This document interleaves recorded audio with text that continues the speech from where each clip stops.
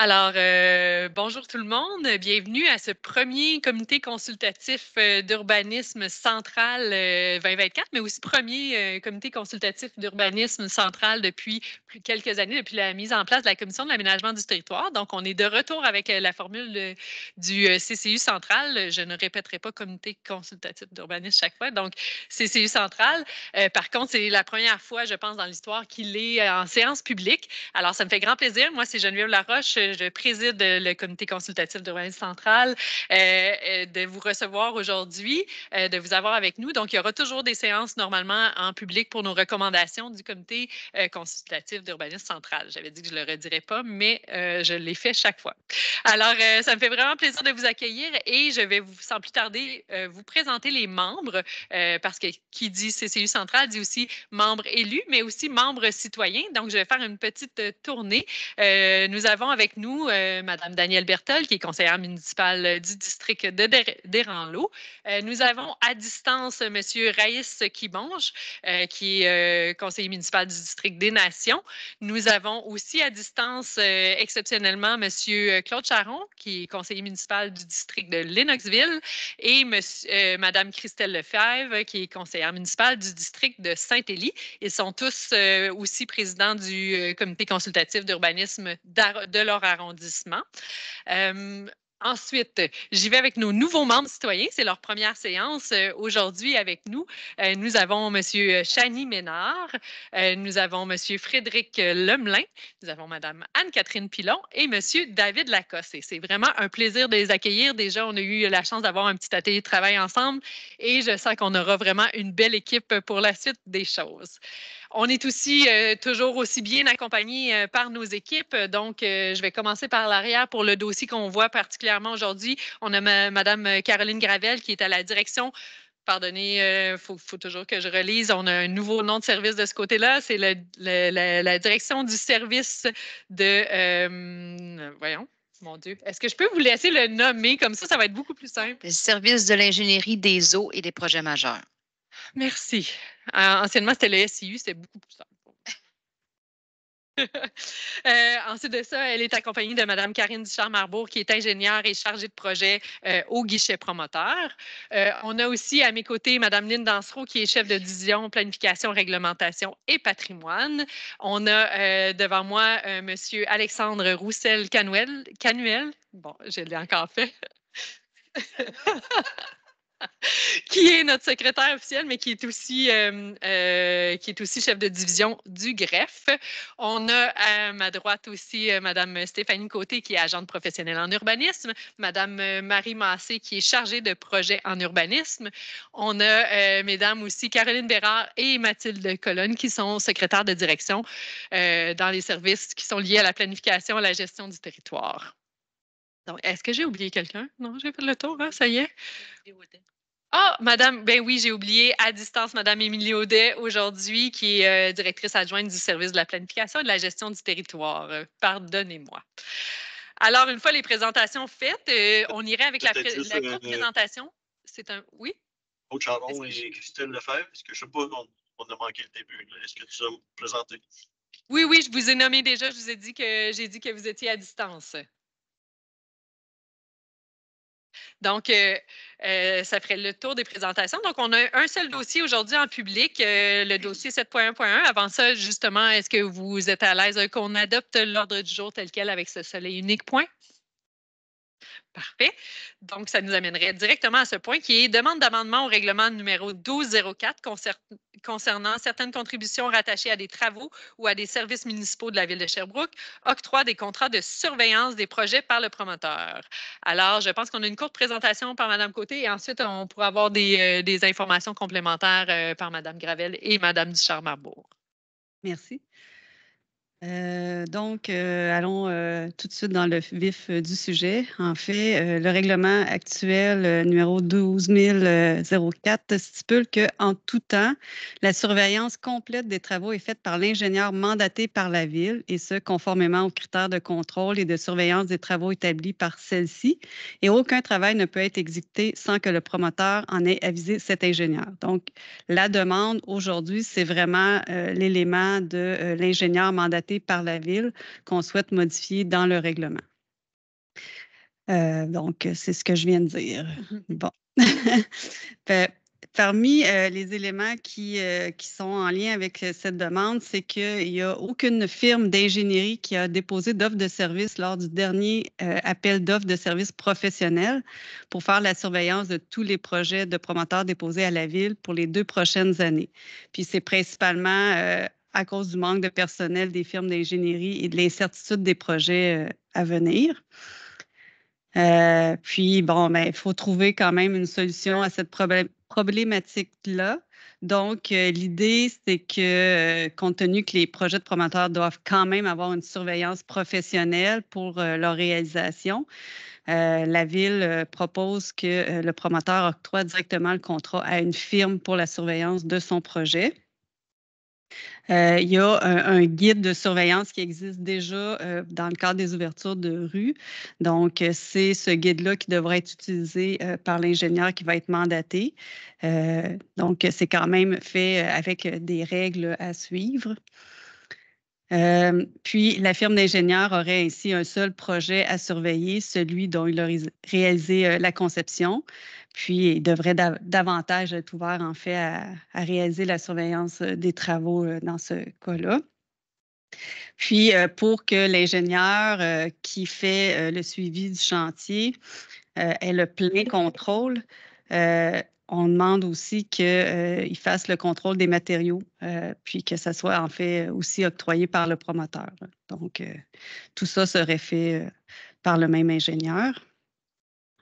Pour arriver à cette fin, il faut quand même modifier le règlement. Il y a 2 chapitres là, où ça peut s'appliquer. Il y a le chapitre 5 où on parle d'une entente pour un développement résidentiel ou commercial qui est rattaché à certains travaux municipaux d'aqueduc et d'égouts, de surdimensionnement et de voirie. Puis là, je n'irai pas dans le détail là, de toutes les petites modifications qu'on va faire, mais plutôt, je vais aller au texte final. Donc, il y a le chapitre 5, comme je vous dis. Et il y a le chapitre 6 qui, cette fois, c'est pour les ententes pour un développement commercial rattaché à des travaux municipaux autres que ceux qu'on prévoit au chapitre 5. Donc, ces 2 chapitres-là doivent être modifiés. Encore une fois, là, je n'irai pas dans les détails là, des petites modifications que vous avez reçues là, dans le tableau. Le texte final, finalement, ce qui est proposé, c'est qu'en tout temps, la surveillance complète des travaux et le contrôle de qualité des matériaux sera fait par l'ingénieur qui est mandaté par le promoteur, et ce, conformément aux critères de contrôle et de surveillance des travaux établis par la Ville. Et aucun travail ne peut être exécuté sans que le promoteur en ait avisé cet ingénieur. Tous les honoraires relatifs à la surveillance et au contrôle qualitatif des matériaux sont assumés par le promoteur et le promoteur doit fournir à la Ville tous les documents précisés au guide de surveillance dans le cadre des ouvertures de rue. Donc, c'est quand même assez bien balisé là, comme norme. Puis, c'est la même chose, en fait, qui serait demandée là, pour le chapitre 6. Donc, c'est essentiellement le même texte. Donc là, je suis contente que Mme Ducharme-Arbour et Mme Gravel puissent répondre aux questions, car ce n'est quand même pas ma tasse de thé régulière. C'est parfait. C'est parfait. Puis je ne sais pas si justement il y a un petit complément peut-être sur le pratique que vous voulez faire là, pour nous expliquer vraiment. Parce qu'au début, quand on a vu ça, on s'inquiétait de perdre un certain contrôle, là, mais on nous a bien rassurés sur le fait que c'est les mêmes critères qui vont être établis. Les ingénieurs ont aussi des obligations légales très fortes. Là. Ils ne peuvent pas, c'est ça. Fait que peut-être vous laisser compléter. Vous l'avez très bien dit, là, c'est effectivement ça. En fait, anciennement, sachez que c'était comme ça que ça se passait, sauf qu'on n'avait pas de guide de surveillance à la Ville de Sherbrooke. On n'était pas balisé comme on est là. On n'avait pas une description des documents qui étaient requis puis les exigences de la Ville. Maintenant, on est beaucoup plus structuré. Grâce à Karine, entre autres, et son équipe, on a monté un guide de surveillance qui est très étoffé. Les exigences sont claires et sont très bien définies dans le document. Donc, un professionnel se doit, en fonction de son code de déontologie, de respecter toutes les normes et règles en vigueur, incluant nos documents à nous au niveau de la ville. Donc, on n'a aucun risque, on ne voit aucun risque de notre côté à passer ça, cette surveillance-là, du côté du promoteur. Et en plus, sachez que Karine et son équipe, accompagnée de 2 techniciens, sont constamment sur le chantier, donc sont toujours présents sur les chantiers aussi. Donc, on a des yeux et des oreilles partout, on a des rencontres de chantier, on a des suivis réguliers. Donc, on est tout à fait confortable avec cette nouvelle façon de fonctionner-là. En fait, on est même plus confortable parce qu'un peu comme Mme Côté l'a dit, c'est qu'on avait un gros problème au niveau du suivi de la part des firmes qui soumissionnaient sur un projet pendant 2 ans ou 3 ans, où il y avait beaucoup de chantiers qui arrivaient en même temps pendant la période estivale, puis qu'il n'y avait pas suffisamment de personnel pour nous assister. On avait beaucoup de difficultés à avoir des réponses et des suivis de la part de ces équipes-là. Là, maintenant, puisqu'ils vont avoir un projet, un client, puis ça va se répartir dans la tarte qui existe à la Ville de Sherbrooke au niveau des consultants, ça va être un service qui va être pas mal plus facile pour la Ville de Sherbrooke. Merci beaucoup. J'ai 2 questions. Madame Lefebvre à distance. Oui, ben, je voulais une petite clarification. J'ai cru lire dans les documents que c'était autorisé que ce soit l'ingénieur qui a conçu qui a fait les plans, etc., qui fasse la surveillance. Est-ce qu'il n'y a pas quelque chose d'incestueux là? Dès que ce soit le même, tu sais, qu'il a envie de se couvrir s'il découvre une erreur qu'il a faite ou je sais pas quoi. Ben, en fait, Madame Lefebvre, votre point est bon. Sachez qu'avec la commission Charbonneau, il y a eu des modifications qui ont été faites à ce sujet-là dans le passé. Maintenant, comme je le précisais tantôt, ben, premièrement, nous, de notre côté, on y voit plus d'avantages que d'inconvénients que ce soit la même firme parce que justement, ils connaissent bien la conception. Et de toute façon, au niveau du code des professions et du code de déontologie de l'ingénieur, il est obligé de se référer à l'ingénieur concepteur de toute façon. Donc, ça dédouble le travail et les honoraires. Deuxièmement, ben, comme je le disais un petit peu tantôt, le fait que Karine et son équipe est constamment sur le chantier et présente régulière, là, on ne voit pas un chantier va passer vite pour ne pas être en mesure de voir ce qui se passe sur le chantier et d'intercepter si jamais il y a des incongruités qui pourraient se passer. Par contre, sachez que l'ingénieur est tenu de respecter son code de déontologie. Donc, pour nous, on ne voit pas vraiment d'enjeu. Ça me rassure un peu de savoir que nos services ont quand même un œil là-dessus parce que il me semble que du temps de la commission Charbonneau, il y avait quand même un code de déontologie quelque part. Puis pourtant, il y a quand même eu des dérapages, à moins que je me trompe. Non, vous ne vous trompez pas. Il y en avait un code de déontologie qui a été amélioré puis qui a été restructuré, je dirais, en fonction de ça. Mais il y avait aussi des règles qui étaient beaucoup plus aléatoires que ce qu'ils sont actuellement. Donc, puis je vous dirais que la collusion ou ce qui s'est vécu pendant la commission Charbonneau à Sherbrooke, là, c'était pas vraiment quelque chose de très présent, je vous dirais.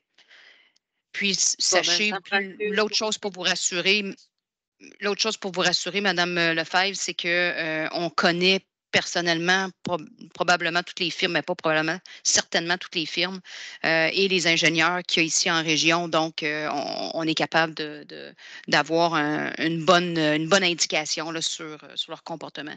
Puis, Karine veut compléter aussi.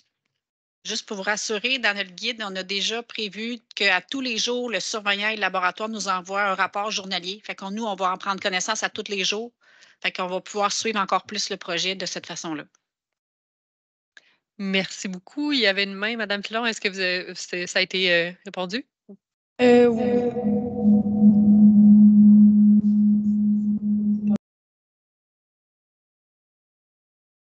En voulant baisser ma main, j'ai effectivement allumé mon micro. Ça répond partiellement à ma question, mais en fait, c'était de savoir c'était quoi le mécanisme de suivi. Donc, vous avez un peu répondu, vous vérifiez chaque jour. Après, c'est quoi votre prise? C'est juste pour me permettre de comprendre s'il y a une incongruité ou si vous voyez quelque chose, c'est quoi votre prise sur l'ingénieur? Vous lui demandez de modifier. En fait, avez-vous un pouvoir sur l'ingénieur qui aurait mal fait sa vérification? Tout à fait, oui, oui. Nous, on s'assure que s'il y a une modification à faire ou s'il y a eu une erreur de conception, on s'assure de redemander des plans corrigés, tout ce qui est en fonction de la correction à faire. Oui, puis on suit ça de très près. Mais tu sais, aussi vous rassurer que le promoteur, c'est lui qui paye les travaux. Nous autres, on récupère la rue, mais on ne les paye pas les travaux. Là, tu sais. Fait que nous, on s'assure que ça soit bien fait pour être quand on devient propriétaire. Là. Mais s'il y a des erreurs de conception qui fait que ça coûte plus cher, on n'est pas responsable ville. C'est le promoteur qui doit s'assurer pour payer ces modifications-là. J'ajouterais comme prise de contrôle sur, en fait, la prise de contrôle est plus sur le promoteur. Donc, nous, tant et si longtemps qu'on n'accepte pas les travaux, il en est responsable. Donc, il est responsable du déneigement, de la collecte des matières résiduelles et ainsi de suite. Peu importe. Ce que je veux dire, c'est que la rue lui appartient tant et si longtemps qu'on n'en prend pas le contrôle et on peut étirer le contrôle dans le temps si ce n'est pas fait conformément à nos exigences. Ça, c'est une chose. L'autre chose, l'autre pouvoir qu'on a aussi, c'est qu'on a des argents qui sont mis en garantie pour s'assurer de la conformité des travaux. Et d'ailleurs, on a déjà plusieurs dossiers qui sont en cours actuellement où on exige des corrections. Et si les corrections ne sont pas faites, on peut prendre cet argent-là pour les effectuer nous-mêmes et pas remettre la garantie au promoteur. Ça va? Est-ce qu'il y avait d'autres questions ou commentaires? Ça va? Donc, est-ce que je comprends que tous les membres sont à l'aise à faire cheminer cette recommandation-là, telle qu'indiquée, là, de procéder à l'amendement du règlement 1204 avec les modifications proposées par Mme Côté? Parfait. Ben, c'est ce qui mettrait fin à notre première séance de CCU centrale. Merci beaucoup. Ça a été bref cette fois-ci, mais vous allez voir que dans les prochaines séances, on a beaucoup de dossiers qui s'en viennent.